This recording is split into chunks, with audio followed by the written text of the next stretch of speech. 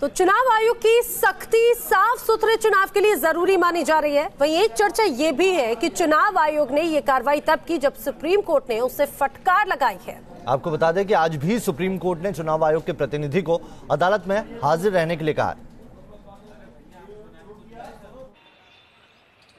Supreme court में एक जनहित याचिका दी गई है। अदालत ने उस अर्जी पर सुनवाई के दौरान चुनाव आयोग से भड़काऊ बयानबाजी रोकने के लिए उठाए गए कदम पर सवाल पूछा। तब चुनाव आयोग की ओर से कहा गया कि आयोग नोटिस जारी करने, निंदा करने और केस दर्ज करने के अलावा उम्मीदवारी रद्द करने जैसा कदम उठाने में असमर्थ है। जिसके बाद सुप्रीम कोर्ट ने कहा कि मतलब आयोग खुद को शक्तिहीन बताना चाह रहा है।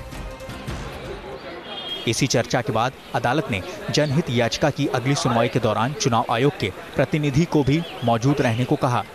उनको सभी वो अधिकार प्राप्त हैं जिससे वो निष्पक्ष चुनाव हो सके। वो चाहें तो चुनाव को कैंसिल कर दें, वो चाहें तो किसी का कैंडिडेचर कैंसिल कर दें, वो चाहें तो किसी पे स्टेप ले लें, वो चाहें तो किसी ऑफिसर को बदल दें। दरअसल सुप्रीम कोर्ट में जो जनहित याचिका दी गई है उसमें कहा गया है कि चुनाव आयोग की निष्पक्षता के लिए सुप्रीम कोर्ट के पूर्व जज की संवैधानिक समिति बनाई जाए, धर्म जाति पर बयान देने वालों पर सख्त कार्रवाई की जाए, राजनीतिक दलों के प्रवक्ताओं को भी जनप्रतिनिधि कानून और आचार संहिता के दायरे में लाए जाए, जाति धर्म पर दिए गए बयानों पर चर्चा करने वाले मीडिया संस्थान पर एक्शन के लिए चुनाव आयोग को आदेश दिया जाए, साफ सुथरे चुनाव के लिए उठाए गए कदमों पर चुनाव आयोग से रिपोर्ट मांगी जाए। इस अर्जी पर सुप्रीम कोर्ट में सुनवाई जारी है। उम्मीद है कि सबसे बड़ी अदालत से निकला आदेश साफ सुथरे चुनाव में प्रभावी साबित होगा। Team news nation.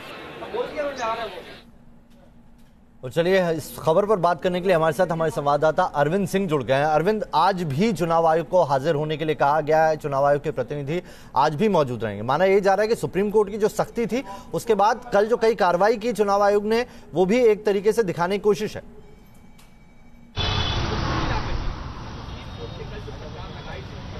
बिल्कुल नावेद, आज होने वाली सुनवाई इस लिहाज से अहम है क्योंकि सुप्रीम कोर्ट बदजुबानी जो नेताओं की बेलगाम बदजुबानी है उस पर चुनाव आयोग किस अधिकार तक एक्शन ले सकता है उसकी कोर्ट समीक्षा करेगा।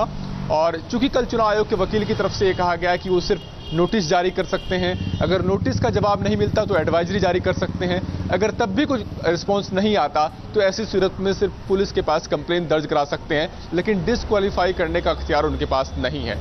तो ऐसी सूरत में कोर्ट ने आज के लिए चुनाव आयोग के एक प्रतिनिधि को कोर्ट के अंदर मौजूद रहने के लिए कहा था ताकि कोर्ट इस पर विचार कर सके कि आखिर अगर राजनेता धार्मिक या जातीय आधार पर बयानबाजी करते हैं, चुनाव को प्रभावित करने की कोशिश करते हैं, तो ऐसे में चुनाव आयोग किस अधिकार तक जाकर उनके खिलाफ एक्शन ले सकता है। तो आज होने वाली सुनवाई इस लिहाज से बहुत अहम है क्योंकि चुनाव आयोग का यह कहना था कल कि 21 से ज्यादा शिकायतें मिली हैं, लेकिन सुप्रीम कोर्ट इस बात से आश्वस्त नहीं था कि उनके खिलाफ कोई ठोस एक्शन लिया गया है।